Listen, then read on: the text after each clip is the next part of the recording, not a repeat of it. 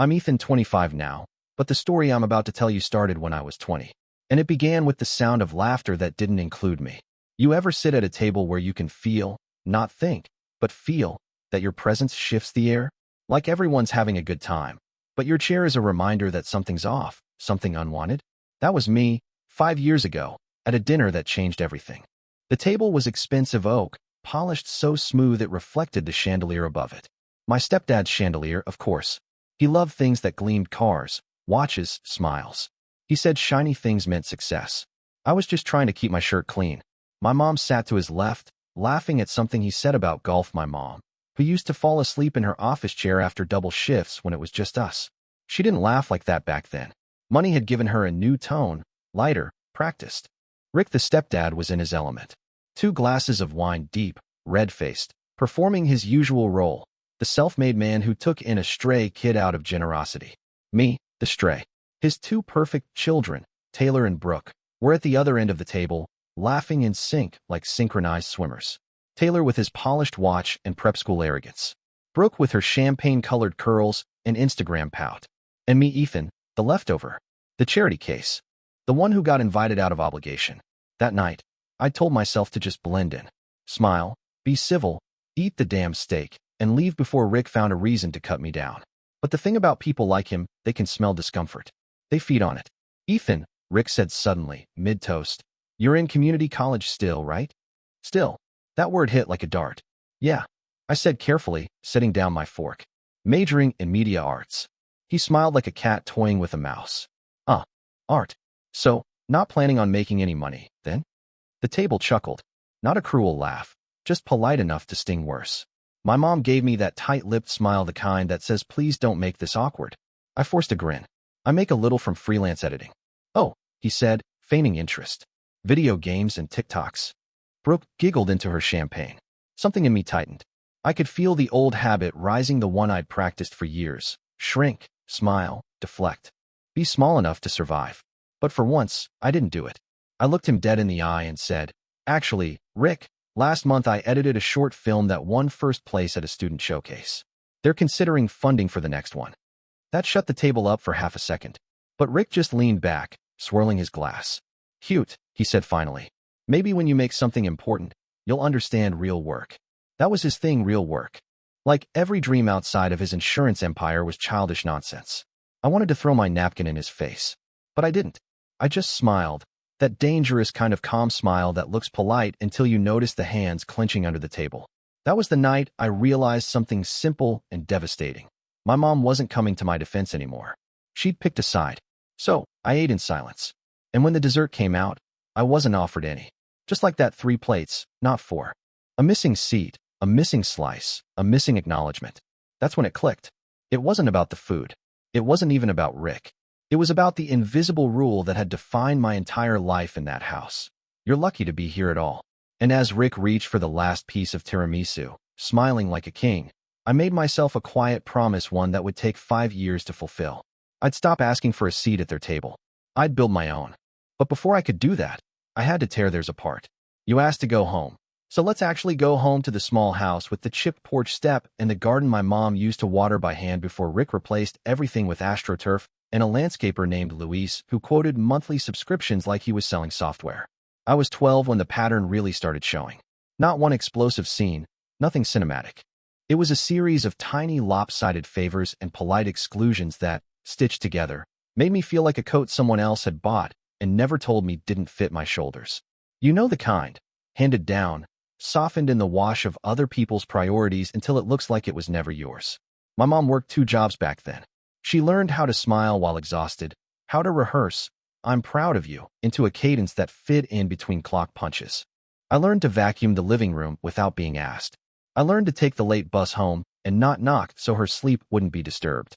I learned to make my own dinners and be grateful for cooking lessons disguised as being independent. Then Rick moved in, the kind of man who introduced himself like a closing line in a commercial. He had the laugh, the perfect briefcase, and a way of saying "we" in sentences that should have had my name in them. He wasn't cruel all the time. That's the trick of it. Sometimes he bought pizza for the kids or coached Taylor's little league and smiled like a man who'd conquered the world. But the silence he left in the corners, that was his signature move. One night when I was 14, I stayed up finishing a short story for class. I remember the sentence I was most proud of because I thought it might be the kind of thing that could get me out of being just the kid. I printed it and tucked it into my backpack. Later, clear as day, the paper showed up in the recycling bin coffee ring, ink smudged. Rick had used it for kindling, chuckling about young people and their dramatic prose to his buddy on the phone. When I asked about it the next day, he said, you left it outside. Couldn't let the raccoons get to it. My mom smiled and said, he's just joking, honey. The joke, to them, was a mercy. To me, it was erasure in slow motion. High school was a series of double standards. Taylor could come home at 2 a.m. after a party, and Rick would say, boys growing into his nights. If I did the same once, I'd get a lecture about responsibility and respecting the household. When I got a B on a calculus test, it meant I wasn't trying. When Taylor got a B-, it was he's got a lot on his plate. I learned to inventory my own mistakes and apologize for them publicly, preemptively, like a child trying to defuse a live wire. But I wasn't without armor. I found music, and later, film. There's something about telling someone else's story that's a salve for your own. I would edit footage late into the night in the basement, headphones on, pretending the whir of the old computer was applause. I saved up every paycheck from the bookstore to buy a used camera. That camera felt like a small transgression against fate, a quiet theft of my own future back from the family ledger where I had been listed as an unpaid expense. The things that stung most weren't the big betrayals, they were the calibrated ones that caught and then smiled. Like the time my mom called to say they were hosting a fundraiser for Rick's new civic board, and would I come? I rearranged my weekend, drove in, and spent the night pretending not to see the way she placed Taylor at the head of the raffle table while I silently held leaflets. At the end of the night, they made a big show about how the family had pulled together. I walked home with the leftover cookies and the taste of invisible applause on my tongue. Those tiny slights taught me one honest thing. People will believe what they need to believe about you if you let them. If you give them a role, the ungrateful son, the difficult kid, the unreliable artist, they will script you into it and never look back. And because I loved my mom, because I craved her old warmth, I tried, for years, to perform the role of easy child to keep peace. It ate at me slowly. There were flashes of resistance. A letter-winning short story mailed to a local lit mag earned me a quiet pride and a weird, sharp look from Rick when he read the byline at the breakfast table. You think writing's going to pay for your life? He asked.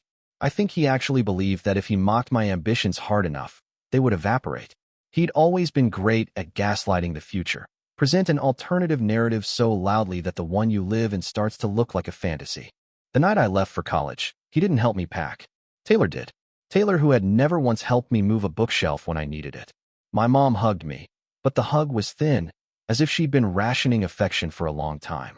Driving away in my rattly Honda, the rear view held an image I didn't expect to grieve. My mom standing on the porch like a statue, hands shading her eyes, like she was watching a ship leave. I realized then how much of the relationship had been a quiet barter, my silence for her apparent calm. The car hummed on the highway, and I felt, for the first time in years, what it meant to have your own geography. College was light and air. I got a scholarship in a tiny dorm room that smelled like coffee and possibility. I edited my roommate's band tapes for free. I pulled all-nighters that ended with dawn and cheap diner coffee. For once, if something went wrong, it was on me, and also mine to fix. I loved that burden. But life doesn't allow clean cuts. My family's gravity still curved my orbit. Phone calls were occasional, never about me. How's school? Became, how is Richard? And suddenly their world fit into a couple of talking points. I learned to listen without expecting rescue. I learned to collect my evidence, texts, emails, half-remembered threats. I learned to document not because I wanted to punish, but because I needed proof that the version of reality they sold on social media wasn't the whole story. And yet, while I planned, I also mourned. Not for the future I would build that came later, but for the kid who once believed a family could be a safe harbor. That kid deserved more than empty apologies and clearance sweater presents. He deserved someone to say, "You belong here." When no one offered it, I decided to make a table where belonging would be mandatory, first for me, then for other people who'd been shuffled to the margins. By the time I finished the semester and went home for the holidays, I wasn't the same small boy who first learned to scrub plates to keep the peace. I was quieter, sharper, a little dangerous in the way that people who have been pushed too far become. I'd learned the mechanics of leverage. A recording here, a legal document there, friends who could testify to character, a journalist who would listen. I didn't know exactly how it would play out. Only that one day I would turn the table and they would understand the arithmetic of what they'd done, not because I wanted to hurt them, but because sometimes people only learn when the consequence is unavoidable. There's a cruel comedy in that. The people who think they're invincible because their lives gleam don't realize how brittle shine can be. A half smile, a misapplied privilege, a taped conversation, and suddenly their stage directions are gone. I wasn't out for theatrics. I was out for truth. That meant patience. It meant not being consumed by the moment. It meant building. So I built. I edited. I filmed. I filed. I saved. I visited my grandfather whenever I could, because he remained unchanged in a world that rewrote itself every Christmas. He smelled like engine oil and tobacco and truth. He taught me how to be stubborn without being cruel, a lesson I would need later. And while I built, they kept performing.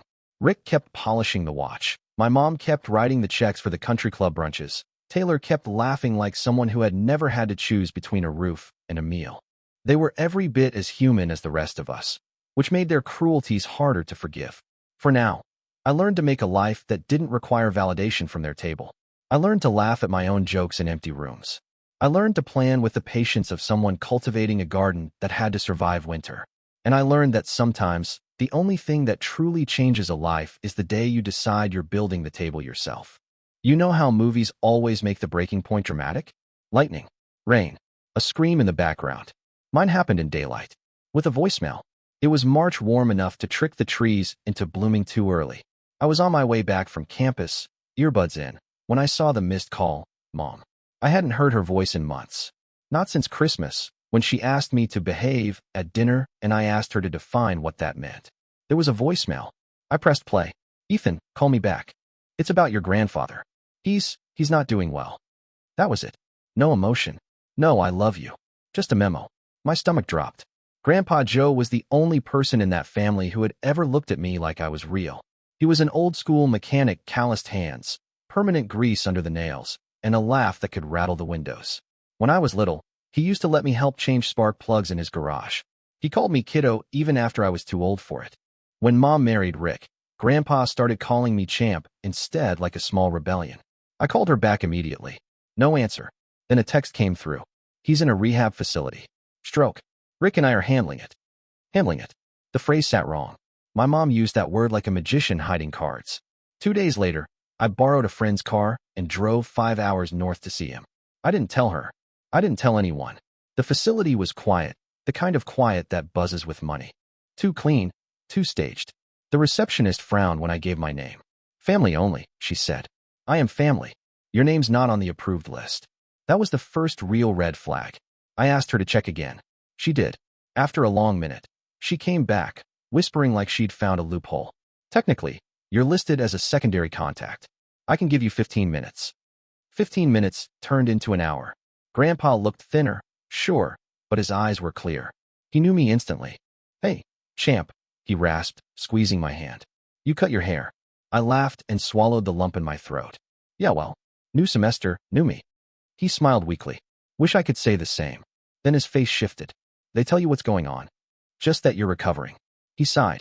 Recovering, huh? That's one word for it. They're trying to sell my damn house. I froze. What? He pointed to the drawer beside the bed.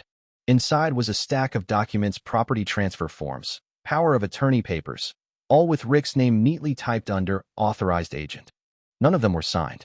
Yet, they keep saying it's for my benefit, he said, voice hoarse. Less to worry about. But I built that house, Ethan. Brick by brick. That's my home. I took pictures of every page on my phone. All of it. My hands were shaking, but I made sure each signature line was visible. When I looked up, he was watching me with this sad little half smile. You're your mother's son, you know. Stubborn as a wrench. Not sure she'd agree with that, I muttered. Good, he said softly. Then you're doing something right. When I left, I didn't drive home. I drove straight to the courthouse. And what I found made my blood go cold. A guardianship petition already filed. Filed by my mother and Rick. They'd claimed Grandpa was mentally unfit to make financial decisions. They wanted full control of his assets. The hearing was in 3 days. They hadn't told me. They didn't expect me to show. I showed up anyway. In a suit I borrowed, clutching every photo, every document, every note I'd copied from that drawer. When I walked into the courtroom, my mom's face went pale. Rick actually stammered. The judge glanced at me. And you are? Ethan Cole, Your Honor. Joseph Cole's grandson. The judge nodded. You've been in contact with your grandfather? Yes, ma'am. He's lucid. He recognized me, knew where he was, what month it is, and exactly who's been trying to take his house. Rick's jaw tightened. Objection, Your Honor, this isn't. Sit down, the judge snapped. I showed her everything. The pictures, the unsigned forms, the doctor's note from Grandpa's physician confirming he was mentally sound.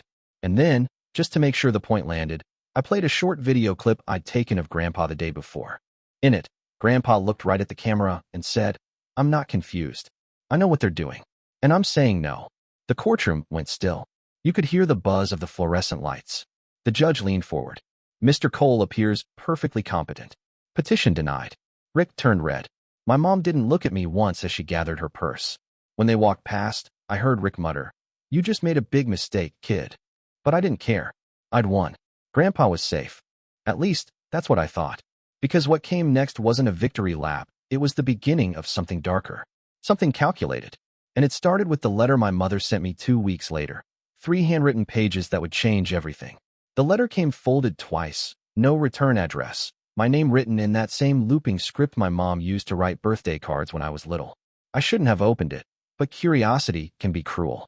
The first line read, Ethan, I don't know who you've become. Not how are you, not thank you for helping Dad. Just that a quiet accusation in cursive. She went on for 3 pages about how I'd embarrassed the family, how Rick's reputation had taken a hit, how I'd made a private matter public. She said Grandpa was confused, that I'd used his vulnerability for attention. But the line that burned was near the end. This family has tried with you.